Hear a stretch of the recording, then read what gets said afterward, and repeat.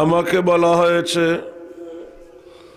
সততা ও আমানতদারিতার মর্যাদা, মিথ্যা ও খেয়ানতের পরিণতি।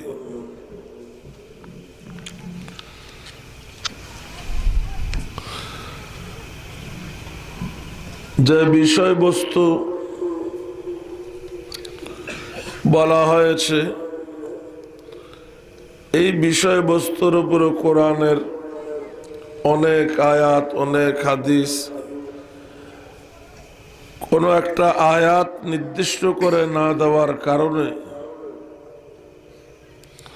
আমার মধ্যে খুব কম্পিটিশন হচ্ছে কোন লাইন থেকে কোন দিক থেকে বলবো। সততা ও আমানতদারিতার মর্যাদা, এই বিষয়ে যদি আমি বলতে যাই,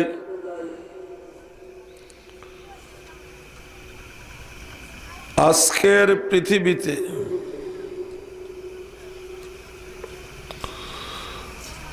রাসূল করিম সাল্লাল্লাহু আলাইহি ওয়াসাল্লামের যে বংশধর আওলাদ রসুল আমরা যাদেরকে বলি, আল্লাহ রসুল সাল্লাল্লাহু আলাইহি ওয়াসাল্লামের বংশের ৭২ জন নারী পুরুষকে কারবালার প্রান্তরে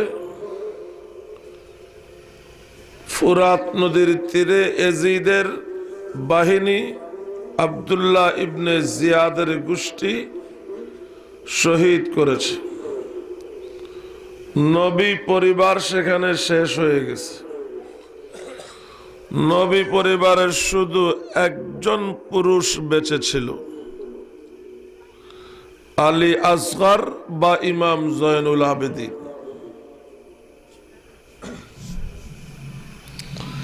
ইমাম জয়নুল আবেদিনের বাবা হলেন ইমাম হুসাইন। হুসাইনের এই ছেলে জয়নুল আবেদিনের মাধ্যমেই আজকের পৃথিবীতে নবীর বংশ টিকে আছে। এখন আমার প্রশ্ন আপনাদের কাছে, ইমাম জয়নুল আবেদিনের মা কে?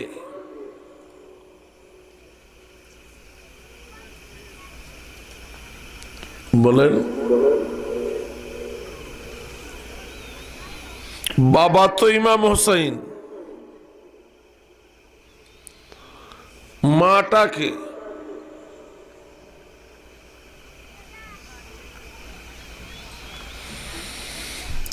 মাটা হলেন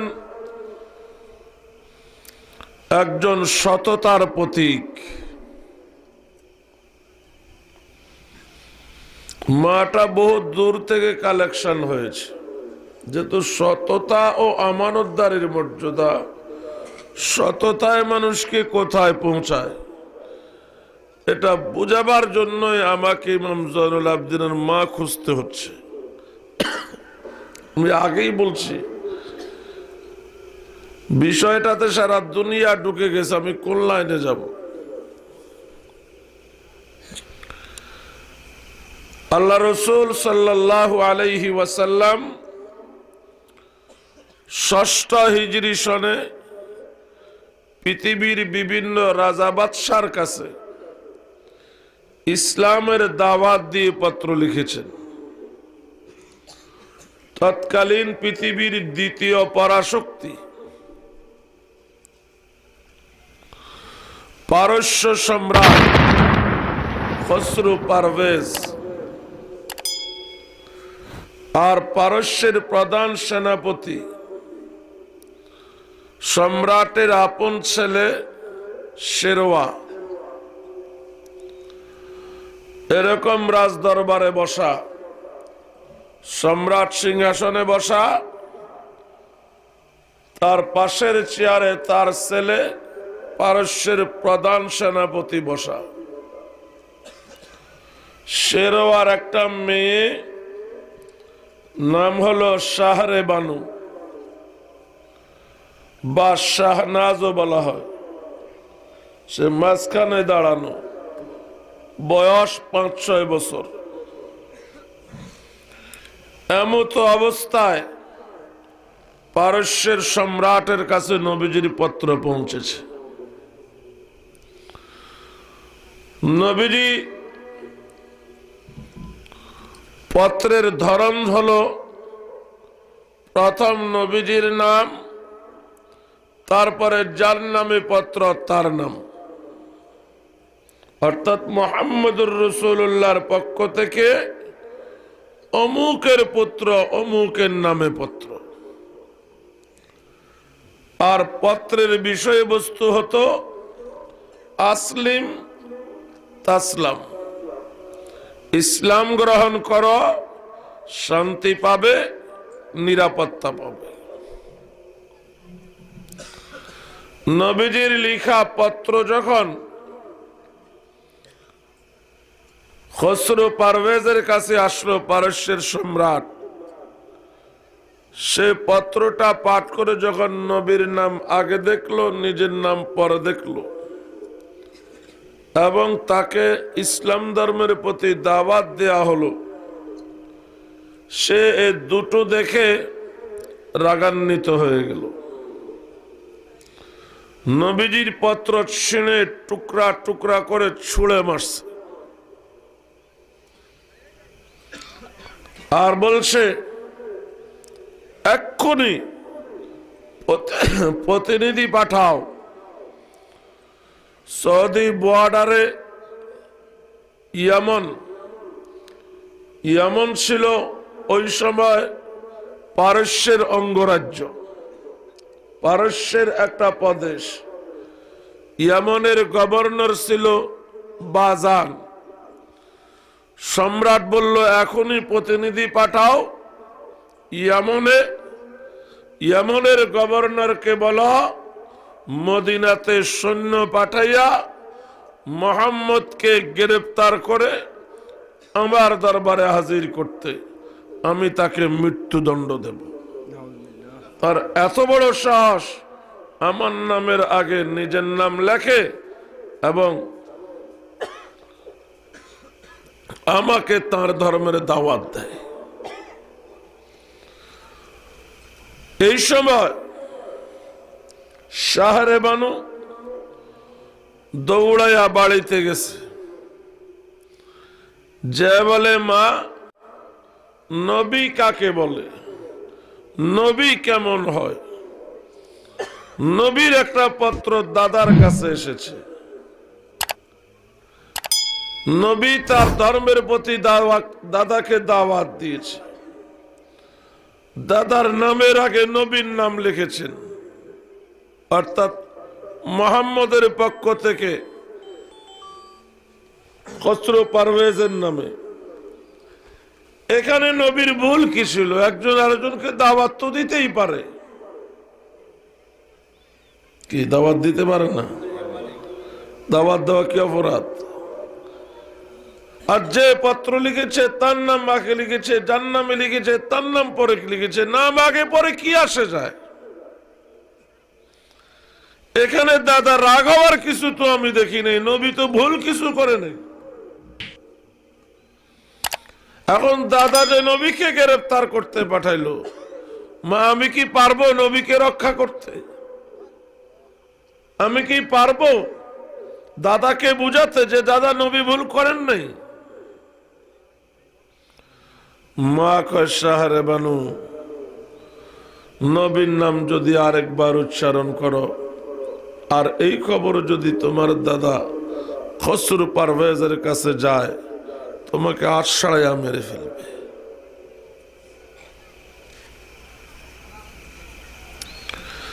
শাহরে বানু ছোট মানুষ চুপ হয়ে গেছে। প্রতিনিধি গেছে ইয়ামনে, ইয়ামন থেকে 50 জন সৈন্য গিয়েছে মদিনায়। যাওয়ার পরে তারা পৌঁছলো এরকম সন্ধ্যায়, যা তারা বলল আপনার পত্র পেয়ে পারস্যের সম্রাট খসরু পারভেজ খুব রাগান্বিত হয়েছে, আপনাকে গ্রেফতার করে নিয়ে যেতে বলেছে। ইয়েমেনের গভর্নর বাজান কথা দিয়েছে সম্রাটের কাছে আপনার জীবন ভিক্ষা চাইবে, এতে আপনি বেঁচেও যেতে পারেন।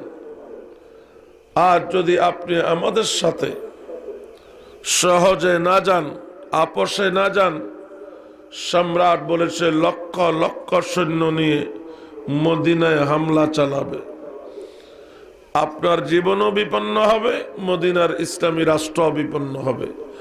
আপনি কোনটা করবেন দেখুন। নবীজি বলেন, আপনারা অনেক দূর থেকে এসেছেন, ক্লান্ত ক্ষুধার্ত, আপনারা খাওয়া দাওয়া করেন, রাত্রে বিশ্রাম করেন, এই বিষয়ে সকালে চূড়ান্ত কথা হবে। সাহাবায়ে কেরামকে বলল, তোমাদের বাড়িতে যার যা ভালো উপকরণ আছে তাদেরকে মেহমানদারি করো এবং রাত্রে বলমতে থাকতে দাও। সাহাবায়ে কেরাম নবীর আদেশ পালনে পাগল, যার বাড়িতে যা ভালো উপকরণ ছিল রান্না বান্না করে ওদেরকে খাওয়াইলো, রাত্রে আরামে থাকতে দিল। সকালবেলা তারা আবারও নবীজির দরবারে আসলো, এসে বসলো। নবীজি এমন ভাবে তাদের সাথে কথা বললেন যেন এদের সাথে আগে দেখাও হয় নাই, কথাও হয় নাই। নবীজি বললেন, আপনারা কারা, কোত্থেকে এসেছেন, কেন এসেছেন? তারা বলে, আমরা গত সন্ধ্যায় না আপনার সাথে দেখা করছি, তখন বলছি না কেন আসছি, কোত্থেকে এসেছি, এখন আবার জিজ্ঞাসা করেন। নবীজি বলেন, আবার বলেন কোত্থেকে এসেছেন, কেন এসেছেন? তারা বলল, আমরা পারস্যের সম্রাট খসরু পারভেজের পক্ষ থেকে এসেছি আপনাকে গ্রেফতার করে নিয়ে যেতে। আপনার পত্রের পরিপ্রেক্ষিতে সম্রাট রাগান্বিত হয়েছে, বলছে আপনাকে মৃত্যুদণ্ড দেবে। আপনি যদি আপোষে চলে যান, ইয়েমেনের গভর্নর বাজান বলেছে আপনার জীবন ভিক্ষা চাইবে, এতে আপনি বেঁচেও যেতে পারেন। আর যদি আপোষে না যান, সম্রাট লক্ষ লক্ষ সৈন্য নিয়ে মদিনায় হামলা চালাবে। নবীজি বললেন, তোমরা কোন সম্রাটের আদেশে আসছো? আবার জিজ্ঞাসা করল।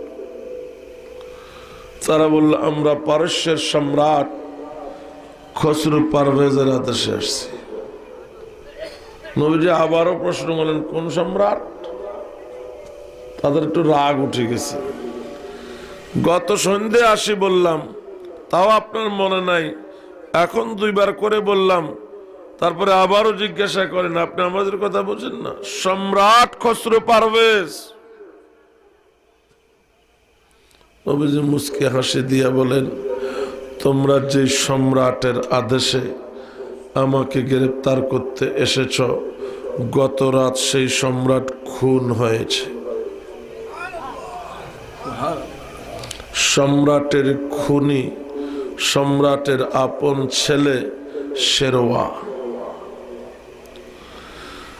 পারস্যের এখন নতুন সম্রাট খুনি ছেলে শেরওয়া। শেরওয়ার নতুন আদেশ নিয়ে নতুন প্রতিনিধি আসতেছে, আমাকে যেন গ্রেফতার করা না হয়। এখন তোমরা বলো কি করবা?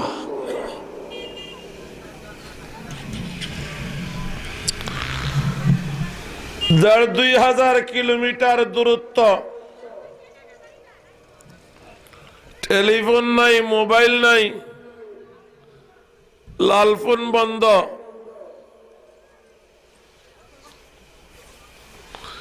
কি করে যাচাই করবে খবর সত্য না মিথ্যা? প্রতিনিধি দল বলল, যারা গ্রেফতার করতে আসলো তারা বলল, ঠিক আছে, আমরা ইয়েমেনে গিয়ে আপনার কথাগুলো যাচাই করব, যদি সত্যি হয় ভালো, আপনি বেঁচে গেলেন। আর যদি সত্যি না হয় আমরা আবার আসব, আপাতত যাচ্ছি। নবীজি বলেন, কই যাচ্ছ?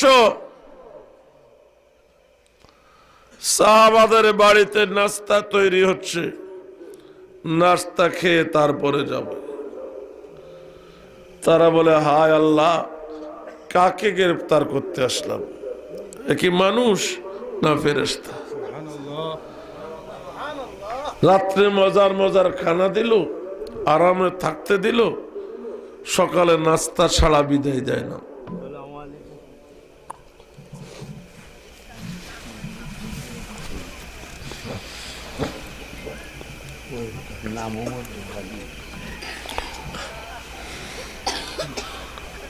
নাস্তা তৈরি, খাওয়া দাওয়া শেষ, বিদায়ের পালা।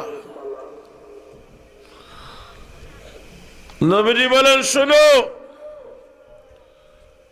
ইয়ামানের গভর্নর খুব ভালো মানুষ, আমার প্রতি তার দয়া আছে। বুঝেন আমার কথা? আল্লাহ আমাকে বানিয়েছেন জগৎবাসীর জন্য রহমাতুল লিল আলামিন। সেই আমাকে কেউ দয়া করবে, আমি তার জন্য কিছুই করব না, এটা হয় না। ইয়ামানের গভর্নরের দিলে আমার প্রতি কি আছে? দয়া আছে। সে বলছে সম্রাটের কাছে আমার জীবন ভিক্ষা চাইবে। কত বড় দয়া আমার প্রতি! তো আমি তার জন্য কিছুই করব না, তা হয় না। তোমরা ইয়ামানের গভর্নরকে গিয়ে বলবে, অচিরেই আমরা মুসলমানেরা ইয়ামান বিজয় করব। যদি ইয়ামানের গভর্নর বাজান মুসলমান হয়ে যায়, তাকেই গভর্নর রাখবো, বদলাবো না। আল্লাহ রসুল অতি হিকমতে কাফেরকে দিয়ে কাফেরের কাছে ইসলামের দাওয়াত দিয়েছে। যে গভর্নরকে বলবে অচিরেই আমরা মুসলমানেরা ইয়ামান বিজয় করব, যদি গভর্নর মুসলমান হয়ে যায় তাকেই রাখবো, বদলাবো না। বিদায় নিয়ে চলে গেল সৈন্যরা। তারা ইয়ামানের গভর্নরের দরবারে প্রবেশ করেছে। গভর্নর বলল, মদিনার কি খবর? তারা বলল, মদিনাতে আমরা নবীকে গ্রেফতার করতে গেলাম, নবী আমাদেরকে রিপোর্ট দিলেন সম্রাট খুন হয়েছে, সম্রাটের ছেলে খুনি, ছেলে নতুন সম্রাট, নতুন সম্রাটের নতুন আইন, যেন নবীকে গ্রেফতার করা না হয়। এই কথাগুলো শোনার পর আমরা কি করে ওনাকে গ্রেফতার করি, আমরা কথাগুলো যাচাইয়ের জন্য চলে এসেছি। বাজানো এখন পর্যন্ত জানে না। এরই মধ্যে তাড়াহুড়া করে প্রবেশ করলো নতুন প্রতিনিধি বাজানের দরবারে। ও ইয়ামানের গভর্নর বাজান, পারস্যের নতুন খবর, তাজা খবর, তাড়াতাড়ি প্রতিনিধি পাঠান মদিনায়, যাতে নবীজিকে গ্রেফতার করা না হয়। কেন? কারণ সম্রাট খুন হয়েছে, সম্রাটের খুনি সম্রাটের ছেলে, এখন খুনি ছেলেই সম্রাট, তার নতুন আদেশ যেন নবীজিকে গ্রেফতার করা না হয়।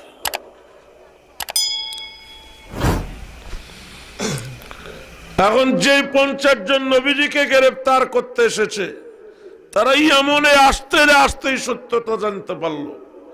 তারা অবাক হয়ে জিজ্ঞাসা করলো, আমার তো বলতে 2-1 মিনিট লাগতেছে, ঘটনাগুলো ঘটতে তো কয়েকদিন সময় লেগেছে।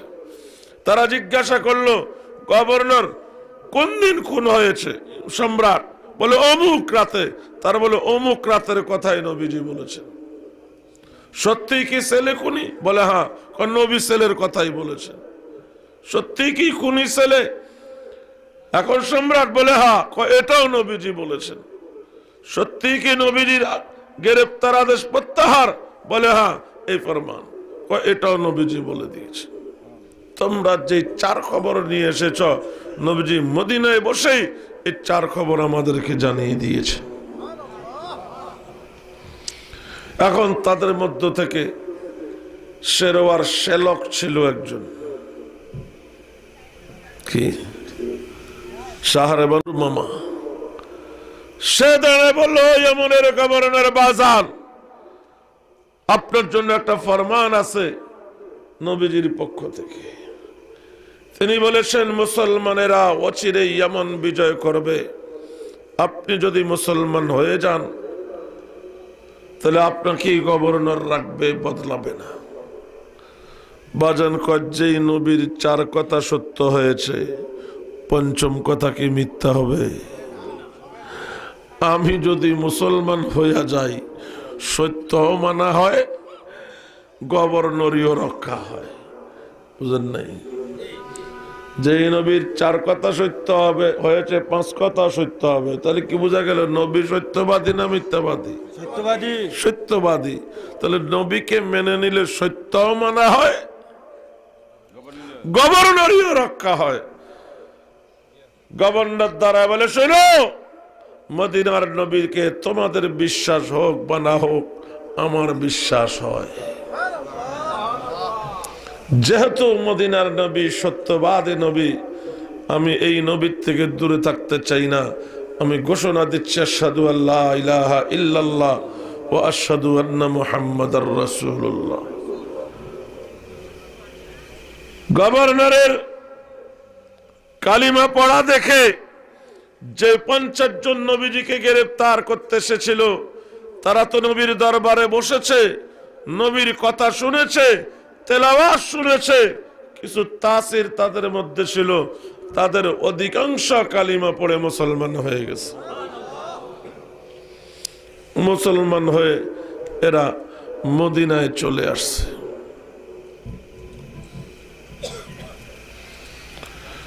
সম্রাট খসরু পারভেজ ক্ষমতার দম্বে, ক্ষমতার লোভে, ক্ষমতার মোহে সততা নিষ্ঠা হারিয়ে ফেলছে। কি আত্মগৌরবে বিশ্বের একটা পরাশক্তি হিসাবে মদিনার শক্তিকে সে শক্তি মনে করে নাই। কথা বলেন, যদি মদিনাতে ইসলামী শক্তি তখন তার সমপর্যায়ের হতো, তাহলে নবীরে গ্রেফতারের জন্য লোক পাঠাইতে পারত। কথা বলে না। এখন আমেরিকার যেখানে মনে চায় সেখানে হামলা চালায়, কারণ আমেরিকা মনে করে আমার উপরে কেউ টেক্কা দিবে, এরকম নাই।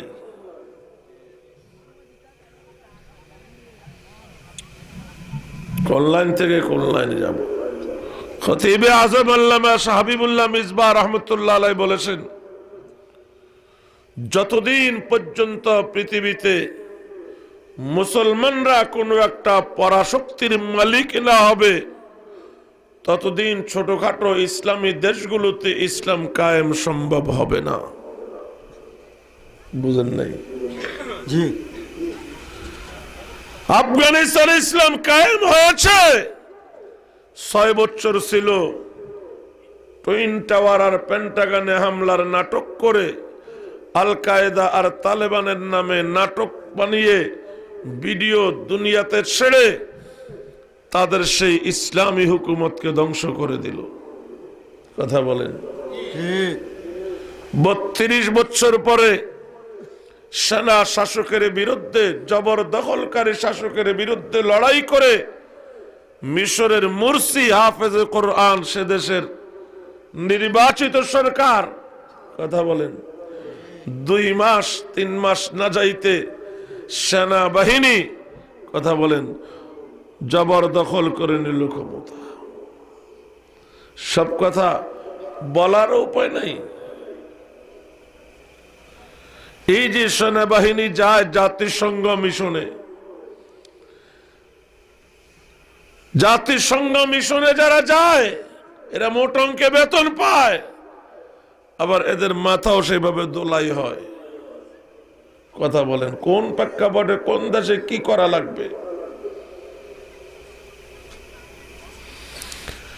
এজন্য পৃথিবীর ছোটখাটো কোন রাষ্ট্রে যদি ইসলাম কায়েম হয়, আমেরিকা সেখানে কোনো না কোনো অজুহাতে এসে দাঁড়াবে, হামলা চালাবে, চলতে দেবে না।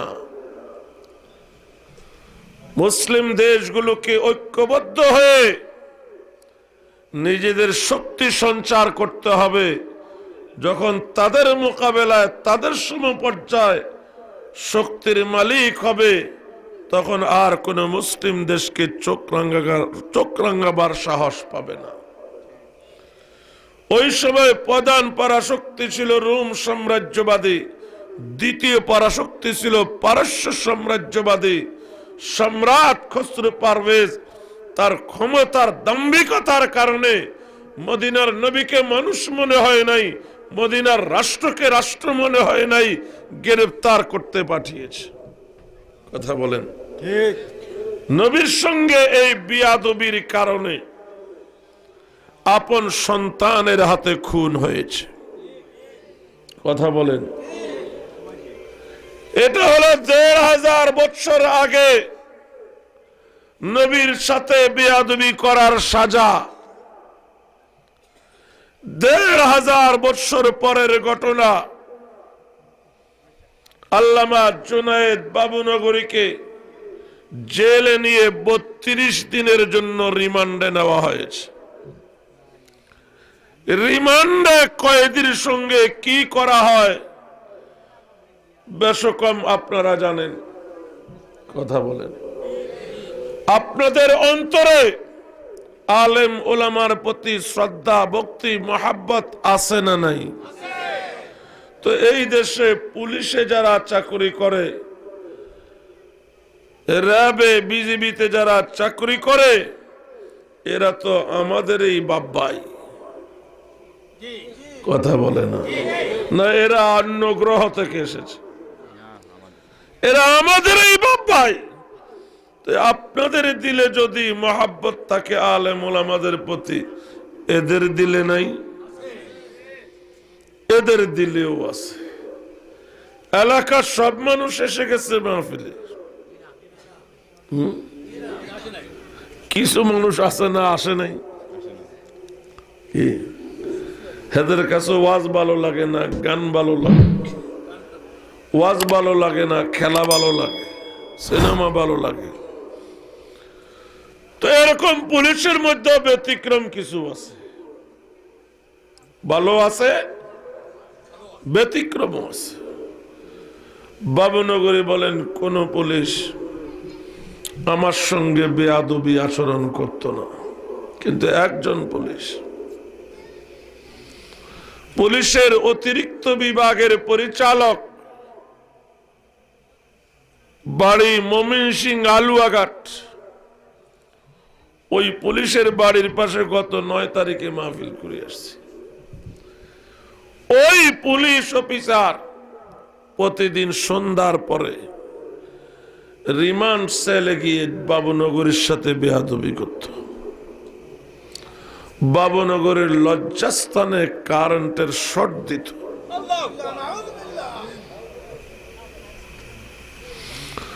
সিপাহীদেরকে বলতো, একে পা উপরে দিয়ে মাথা নিচে দিয়ে ঝুলাইয়া রাখো। নানান অশ্লীল কথা বলে গালাগালি করত, সেগুলি তো আমি বলতে পারবো না। পরিণামে কি হয়েছে? এই পুলিশ অফিসার আপন সন্তান ঐশীর হাতে সস্ত্রী খুন হয়েছে, নিহত হয়েছে। ১৫০০ বছর আগে নবীর সাথে বেয়াদবি করেছে, আপন সন্তানের হাতে খুন হয়েছে। ১৫০০ বছর পরে নায়েবে নবী ওয়ারাসাতুল আম্বিয়ার সাথে বেয়াদবি করেছে, সে আপন সন্তানের হাতে খুন হয়েছে। এটা হলো বেয়াদবের পরিণতি, মিথ্যার পরিণতি। কথা বলেন, অসত্য পথে চলার পরিণতি। ফেনীর এক চেয়ারম্যান ডাক্তার আকরাম হেফাজতের আন্দোলনের পরে ঘোষণা দিয়েছে, আহমদ শফি যদি ফেনীতে আসে পোড়ায়া কয়লা বানানো হবে।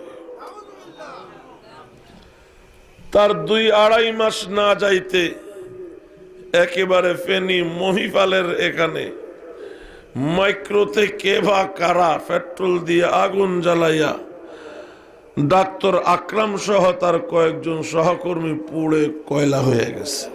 আপনারা সবাই দেখেছেন, দেখেন নাই?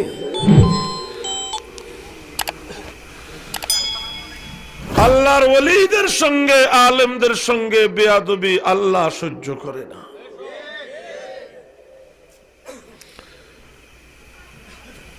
তানবী রহমতুল্লাহি আলাইহি লিখেছেন, এক যুবক আর যুবতী প্রেমিক প্রেমিকা রাস্তা দিয়া যাইতেছে। এক বুজুর্গ অপর দিক থেকে আসতেছে। বৃষ্টি পড়ছে, কাঁচা রাস্তা, রাস্তায় মাঝে মাঝে ছোট ছোট গর্ত থাকেনি। ওই গর্তের মধ্যে যদি বেকুয়া এসে পাড়া পড়ে তখন পানি স্রিত করে একদিকে ছুটে। কথা বলেন? অনেক সময় স্রিত করে উপরের দিকে উঠে মাথা পর্যন্ত পৌঁছে যায়। যখন ওই যুবক যুবতীকে ওই হুজুরে ক্রস করতেছে, ওই সময় এরকম একটা পানির গর্তে পা পড়েছে, স্রিত করে পানি যাইয়া যুবতীর গালে পড়ছে। মাটির রাস্তা, ঘোলা পানি, তার গালটা ময়লা হয়ে গেছে। ওই যুবতীর প্রেমিকা আয়েশা হুজুরের মুখোমুখি দাঁড়াইছে, হুজুর এটা কি তাইল? হুজুর বলে, বাবা আমি তো ইচ্ছা করি নাই, বৃষ্টি পড়ছে, পিচ্ছিল রাস্তা, পানি জমে আছে গাতায় গাতায়, এখন আমার অজান্তে অনিচ্ছায় হয়ে গেছে, আমি কি করতে পারি? তুমি দেখে শুনে চলতে পারো না? এ কথা বলে একটা থাপ্পড় দিছে আল্লাহর ওলির গায়ে, একেবারে আঙ্গুলের দাগ বসে গেছে। হুজুর চলে গেছেন হুজুরের পথে, আর যুবক যুবতী যাইতেছে সামনে। যুবতী বলে, তুমি কাজটা ঠিক করো নাই, এখানে তো হুজুরের কোনো দোষই ছিল না, তারপরে তুমি তার গায়ে হাত তুলেছ, ঠিক করো নাই। যুবক বলে, আসলে তোমার শরীর নোংরা হয়ে গেছে, এটা দেখে আমি সহ্য করতে পারিনি। চলছে কিছু দূর যাওয়ার পর ইন্দুরের গর্তে পা পড়ে যুবকের পা মুচকে ভাঙে গেছে। যুবতীর সুযোগ পাইয়া বলে, এই হুজুরের বদদুয়া লাগছে, আসো পিছে ফিরে আসো, হুজুরের কাছে যে মাপ চাই, নাহলে তোমার ভবিষ্যতে আরো সমস্যা হবে। যুবক রাজি নেই, কয় না তাহলে তোমার সাথেই থাকবো না আমি। অবশেষে যুবক রাজি হয়েছে, আচ্ছা ঠিক আছে। আয়েশা হুজুরের কাছে কয়, হুজুর আপনার সঙ্গে বেয়াদবি করছে, আপনি মাফ করে দেন, নাহলে তার বিপদ হইতে পারে। হুজুর বলে, আমি যখন প্রতিদিন ঘর থেকে বাইর হই, এই নিয়ত করি বাইর হই যে অতীতে যারা আমাকে কষ্ট দিয়েছে সব মাফ, আজকে সারাদিনে যারা কষ্ট দিবে তাও মাফ, ভবিষ্যতে আমাকে যারা কষ্ট দিবে তাও মাফ। তো আমি যেটা কষ্ট পাইছি সেটা তো মাফই, আমার বদদুয়ার তো প্রশ্নই নেই। কথা বলে, আমি যদি মনে কষ্ট রেখে দিতাম তাহলে আমার কারণে পা ভাঙত, তোমার পা অন্য কোন পাপের কারণে ভেঙেছে সেটা দেখো। কয় না হুজুর, আপনাকে বলতেই হবে, আপনি মাফ করে দিয়েছেন। আমি তো বললাম মাপ, এখনো মাপ, আগেও মাপ, পরেও মাপ, সব মাপ।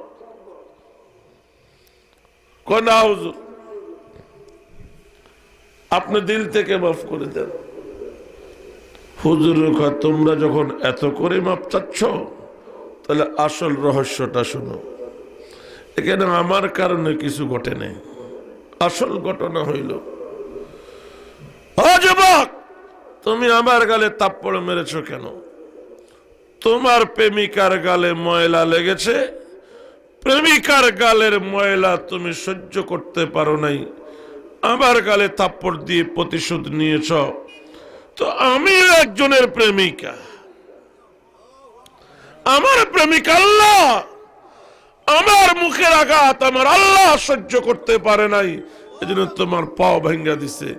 যদি ভালো চাও ক্ষমা আমার কাছে নয় আল্লাহর কাছে চাও। আল্লাহর নবীর সঙ্গে বেয়াদবি, আলেম ওলামার সঙ্গে বেয়াদবি, আল্লাহ নগদ জবাব দিয়ে দিছেন। কথা বলেন ওই যে নবীর চিঠির মধ্যে দোষের কিছু নাই, নবী তো অন্যায় কিছু করে নাই, দাদা কেন নবীর উপরে চড়াও হয়েছে এই কথাগুলো বলেছিল কে? শাহরে বানু শেরওয়ার মেয়ে, সম্রাটের নাতনি। তার এই সততা নিষ্ঠা,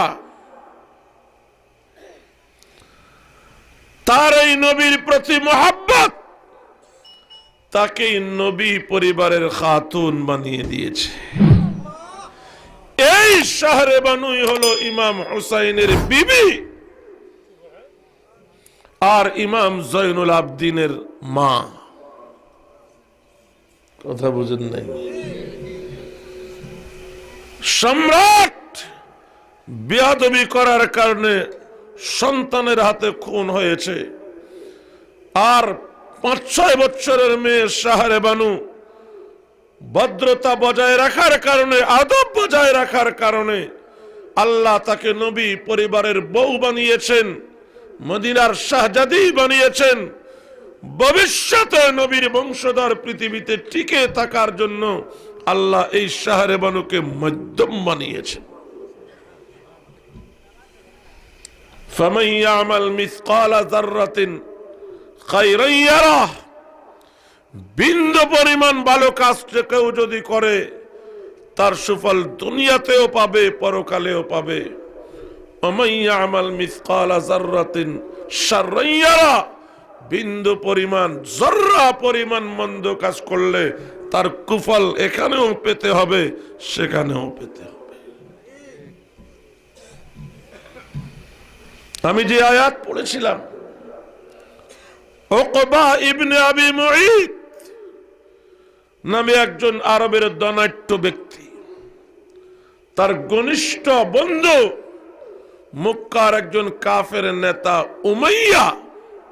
বলেন উকবা ইবনে আবি মুঈত ধনী, তার একটা বৈশিষ্ট্য ছিল, কথা বলেন, আমাদের লন্ডন প্রবাসী আখতারুজ্জামান সাহেবের মতো। উনি যখন ব্যবসা করে বাড়িতে আসতেন, দল মত ধর্ম বর্ণ নির্বিশেষে সবাইকে দাওয়াত দিতেন। কথা বলেন, উদার মনের মানুষ ছিল, যে আসো খাও। যতবার ব্যবসা করে আসতেন একটা খাওন দিতেন। সেখানে কে কোন ধর্মের এটা দেখতেন না, কে কোন দলের এটা দেখতেন না, কে কোন গোত্রের এটা দেখতেন। তার এই দাওয়াতের মধ্যে নবীজিও দাওয়াত পাইলেন। নবীজি যখন দাওয়াত খেতে এসেছেন,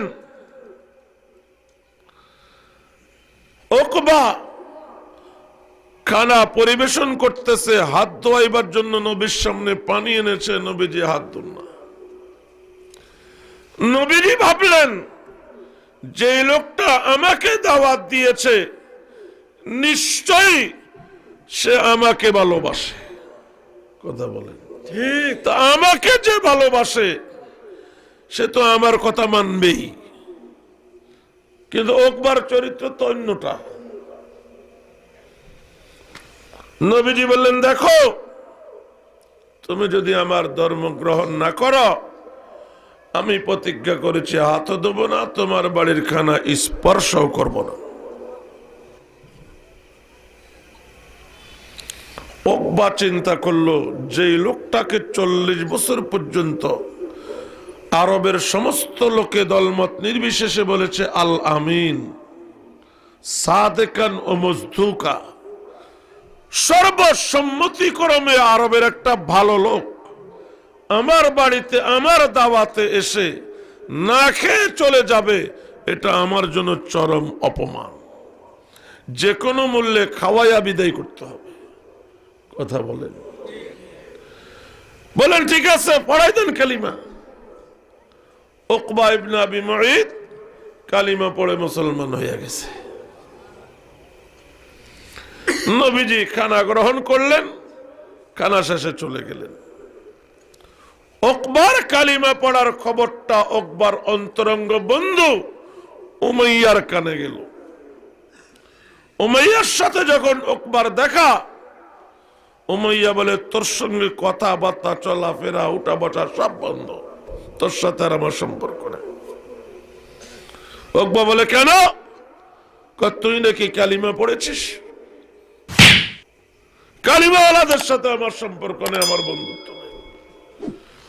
উকবা বলে আরে একটা পেছে পড়ে না, আমি কালিমা পড়ছি, মুহাম্মদকে দাওয়াত দিয়েছি, ধর্ম ভিন্ন হোক, একজন ভালো মানুষ। তো ভালো মানুষ কিনা না সন্দেহ আছে?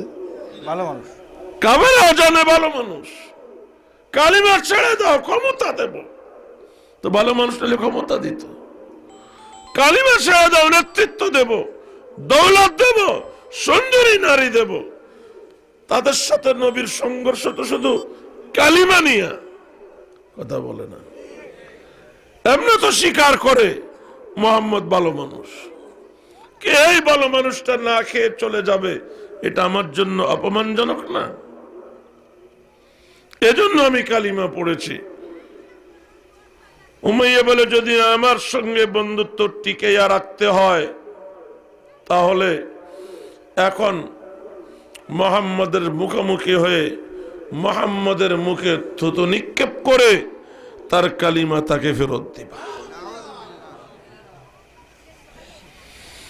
উকবা ইবনে আবি মুঈত উমাইয়ার সঙ্গে বন্ধুত্ব বজায় রাখার জন্য, বন্ধুত্ব টিকিয়ে রাখার জন্য সোজা নবীজির কাছে চলে গেলেন।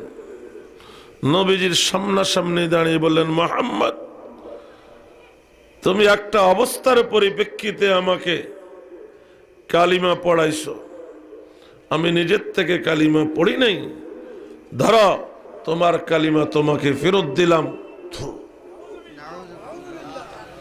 উকবার থুতুকে আল্লাহ নবীজির চেহারা পর্যন্ত পৌঁছান নাই, মাঝখানে আটকাইয়া উল্টা উকবার চেহারায় ফিরাইয়া দিলেন। এসিড মারলে যেরকম শরীর ঝলসে যায়, উকবা ইবনে আবি মুঈতের থুতুতে তার চেহারা ঝলসে গেছে।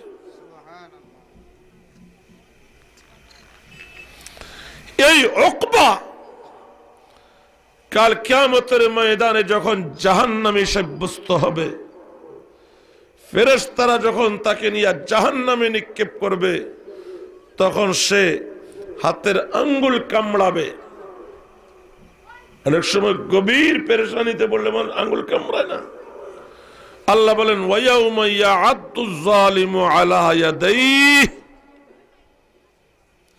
জালেম সীমালঙ্ঘনকারী কিয়ামতের দিন নিজের হাতের আঙ্গুল কাটবে আর বলবে, ইয়া লাইতানি লাম আত্তাখিদ ফুলানান খলিলা। ওয়ায়াউমা ইয়া'আদ্দু যালিমু আলা ইয়াদাইহি। তারপর আয়াতটা কি?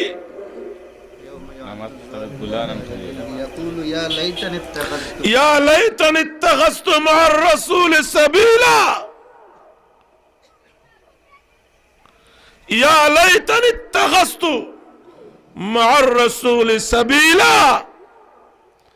হায় আফসোস, রাসূলের সঙ্গে আমার যে সম্পর্ক হয়েছিল, আমি যদি সেটা বজায় রাখতাম। সম্পর্ক হয়েছিল না, দাওয়াত খাওয়া কালিমা পড়াইছে।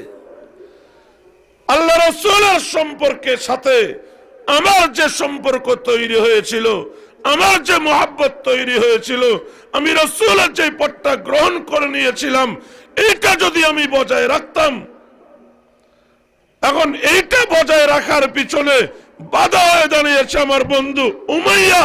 হায় আফসোস, উমাইয়ার মতো কাফের যদি আমার বন্ধু না হইতো। কথা বলেন, সে যদি বন্ধু না হইতো, আমি তো হেদায়েত পাইয়াই গেছিলাম। তার বন্ধুত্ব আমাকে হেদায়েত থেকে দূরে সরিয়ে দিয়েছে। উকবা এই কথাগুলো বলবে, আফসোস করবে, আর জাহান্নামে জ্বলবে। আমাদেরকে চিন্তা করতে হবে, আমি যার সাথে চলাফেরা উঠা বসা করতেছি, তার সাথে চলাফেরা করার কারণে আমার কি ঈমানি আমলি উন্নতি হচ্ছে না অবনতি হচ্ছে? কথা বুঝেন নাই? আমি যার সঙ্গে চলাফেরা উঠা বসা করার কারণে আমার ঈমান ও আমলের অবনতি হয়, বুঝতে হবে আমি উকবার পথে আছি। আমার বন্ধু উমাইয়া মার্কা। কথা বলেন, উকবার বন্ধু উকবাকে জাহান্নামে নিয়েছে, আমার বন্ধুও আমাকে জাহান্নামে নিবে। কথা বলেন। আর যদি মনে হয় আমি যাদের সঙ্গে উঠা বসা করতেছি, তাদের সঙ্গে উঠা বসা করার কারণে আমার ঈমানের উন্নতি হচ্ছে, আমলের উন্নতি হচ্ছে, তাহলে বুঝতে হবে আমার বন্ধুত্ব ঠিক আছে। কথা বলে না। এখন অনেক সময় বন্ধু নিয়া আড্ডা দিতে গেলে, আজান দিলে বন্ধুরা বলে, আরে পড়বো আর কি নামাজ কালকে থেকে, বা করে কজা করে নেব আর কি।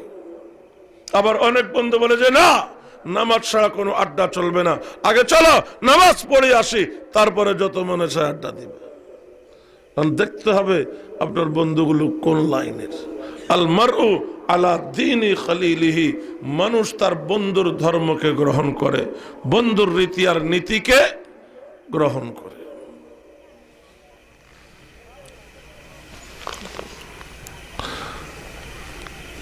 কথা বুঝে আসছে আপনাদের? যে সৎ এবং ন্যায়নিষ্ঠের উপরে থাকবে, এর পুরস্কার দুনিয়াতেও পাবে, পরকালেও পাবে। আর যে মিথ্যা, ধোঁকা, খেয়ানতের উপরে থাকবে, সেও তার পরিণাম দুনিয়াতেও ভোগ করতে হবে, পরকালেও ভোগ করতে হবে।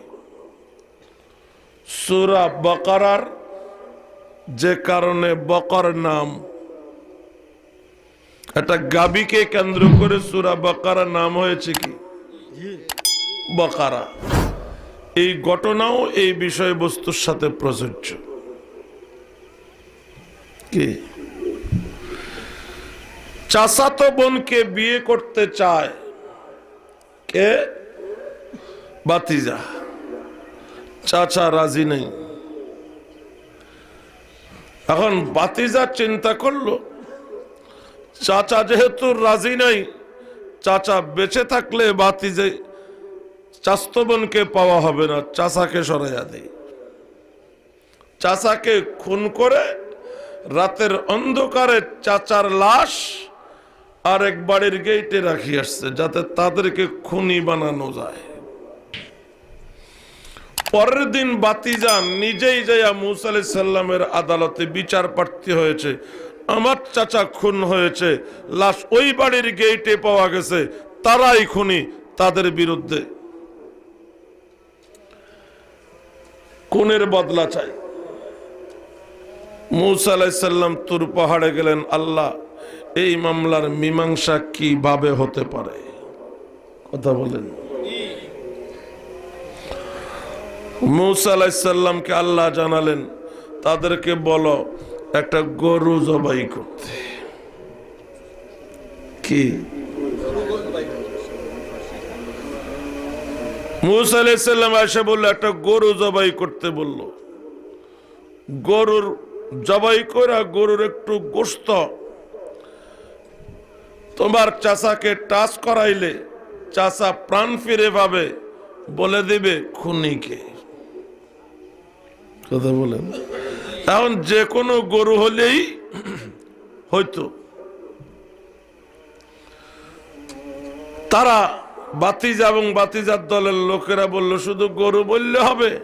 গরুটা কোন বয়সের হবে, কোন রঙের হবে, কোন কালারের হবে, গরুটা দিয়ে কি চাষাবাদের কাজ করছে যে এমন হবে না করে নাই যে এমন হবে? গরু নিয়ে নানান প্রশ্ন করতে আরম্ভ করছে। আল্লাহ একটা উত্তর দিলে তারা আরেকটা প্রশ্ন করে, একটা উত্তর দিলে আরেকটা প্রশ্ন করে। কথা বলেন, শেষ পর্যন্ত আল্লাহ গরুর গুণাগুণ বলার পরে বললেন গরুটা হবে তাসররুন নাজিরিন, দৃষ্টিনন্দন একটা গরু, খয়েরি কালারের, চোখ জুড়ে যায় দেখতে, যেটা দিয়ে কোনোদিন চাষাবাদ করা হয় নাই, নিখুঁত দৃষ্টিনন্দন গরু। হাটাজারি মাদ্রাসার গেটে আছে তাসররুন নাজিরিন। কথা বলেন, এক বেদাতি মৌলবী ওয়াজ করতেছে তাসররুন নাজিরিন শব্দটা গরুর ব্যাপারে এসেছে, এখানে সব গরু তৈরি হয়। কথা বলেন, তো আমি তার উত্তরে বললাম হ্যাঁ, তাসররুন নাজিরিন আয়াতটা ওই গরুর ব্যাপারে নাজিল হয়েছে যেই গরু দিয়া খুনি চিনা গেছে, আর এখানে ওই মৌলবী তৈরি হয় যে মৌলবী দ্বারা বাতিল চিনা যায়।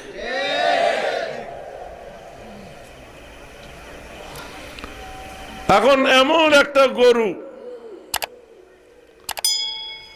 পাওয়া গেছে কি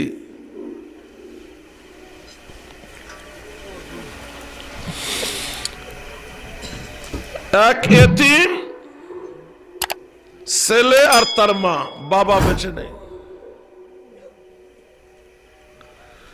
তাদের বাড়িতে আল্লাহ যে বিবরণ দিয়েছেন এরকম গরু পাওয়া গেছে এক বিধবা নারীর কাছে, তার একটা ছেলে আছে।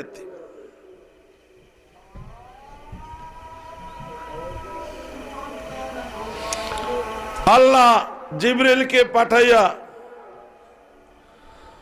ওদেরকে শিখিয়ে দিছে গরুটা সহজে বেচবা না, গরুর ওজনে সোনা চাঁদি নিয়ে তারপরে বেচবা, কারণ বাতিজা এই গরু কিনতে বাধ্য। কথা বলেন, শেষ পর্যন্ত ওই বিধবা মহিলার থেকে এই গরুর ওজনে সোনা চাঁদি দিয়া বাতিজা গরুটা কিনে আইনা তারপরে জবা করছে। কথা বলেন, জবাই করার পরে গরুর গোশতের একটা অংশ যখন চাচাকে স্পর্শ করছে, চাচা জীবিত হইয়া বলছে আমার খুনি আমার বাতিজা ছাড়া আর কেউ না। কথা বলেন, এখন চাচার খুনের বদলায়, কথা বলেন, বাতিজার কেসাস হয়েছে, কতল হয়েছে। বাতিজার বাবার যে সম্পদ ছিল কি, এই বাতিজার বাবা ছিল কর্মচারী ওই গরুওয়ালা বেটির স্বামীর। বাতিজার বাবা সেই সম্পদ আত্মসাৎ করে বড় লোক হয়েছে। কথা বলেন, এখন ওই একটা গরুকে কেন্দ্র করে ওই বিধবা নারীর স্বামীর সমস্ত সম্পদ বাতিজার থেকে আল্লাহ বিধবা নারীকে আবার পাইয়ে দেওয়ার ব্যবস্থা করছে। বুঝেন নাই আল্লাহর পেঁচ, আল্লাহর খেল কিভাবে ঘটতেছে আপনি আমি কল্পনাও করতে পারবো না। জমিনের আইলটেতেছেন, মনে করতেছেন দান একটু বেশি পাবেন, কাস্টমারকে 100 গ্রাম করে প্রতিটা মুরগিতে কম দিতেছেন, মনে করতেছেন আপনি বড় লোক হইতেছেন। আল্লাহ আরেকভাবে এটা আপনার থেকে উসুল করে নেবে। কথা কন, আমি মাঝে মাঝে বলি তাবলীগওয়ালারা গাস্ত করে, কয় সময় নাই। আল্লাহ কয় সময় নাই, ঠিক আছে আমি সময় উসুল করব। একেবারে জিন্দা তরতাজা ঘটনা, ফটিকছড়িতে এক হাজী সাহেব বাড়ির ছাদে কাজ করতেছে, তাবলীগের থেকে গাছতে গেছে। হাজী সাহেব একটু আসেন, মেহমানরা আপনার সাথে কথা বলবে। বুঝছি, কি বলবে? আমার সময় নাই। তো গাছ তো চলে গেছে, মসজিদে ফিরে আসার আগেই হাজী সাহেব দোতলার থেকে পড়ে হাড্ডি ভাঙি গেছে। ঢাকা অ্যাপোলোতে আনি ভর্তি করছে। কথা বলেন, 40 দিন থাকার পরে 41 দিনের সময় মারা গেছে। কথা কয় না, চিল্লা পুরা হয়েছে নি? কি হয় নাই? 40 দিন পুরা হইয়া 41 দিনের সময় মারা গেছে। চিল্লা পুরা হয়েছে নি? 16 লক্ষ টাকা বিল আসছে। কথা কয় না, কত বিল আসছে? 16 লক্ষ টাকা। তো আল্লাহ 1 চিল্লার নগদ উসুল করছে আর কয়েক চিল্লার টাকা উসুল করছে। আল্লাহর সাথে পাগলাম। আল্লাহর ওলিরা তাহাজ্জুদের সময় উঠে জিকির আজকার করে। যুবকে কয় হুজুরদের আল্লাহ বিল্লার জন্য ঘুমাইতে পারি না। আল্লাহ কয় রাখ, তোর থেকে উসুল করব। পেটে এমন ব্যথা আরম্ভ হয়েছে, পেট চাইপা দিয়ে আল্লাহ আল্লাহ কা হিসাবের 1 মাসেরটা তোর থেকে 1 ঘন্টায় উসুল করব। হাসবেন না। যে যাকে ঠকাবেন কোনো না কোনো ভাবে আপনাকেও ঠকতে হবে। মানুষের সাথে ভালো ব্যবহার করবেন, কোনো না কোনো ভাবে আল্লাহ তার সুফল আপনাকে দেবেই। আমাকে এক ভাই বলেছেন, ওই লোকটা খুব খারাপ। আপনি তার দিকে আঙ্গুল কয়টা দেখাইছেন? আপনার দিকে কয়টা? 3টা আঙ্গুল আপনার দিকে করলেই আরেকজনকে বলা যায় খারাপ। তার মানে একজনকে আপনি খারাপ বলবেন, আল্লাহ 3 জন লাগাইয়া দিবে আপনাকে খারাপ বলার জন্য। 1টা আঙ্গুল ওনার দিকে, 3টা আঙ্গুল আপনার দিকে। আপনি একাতারে খারাপ বলছেন, আল্লাহ 3 জন লাগাইয়া দিবে যারা আপনাকে বলবে খারাপ।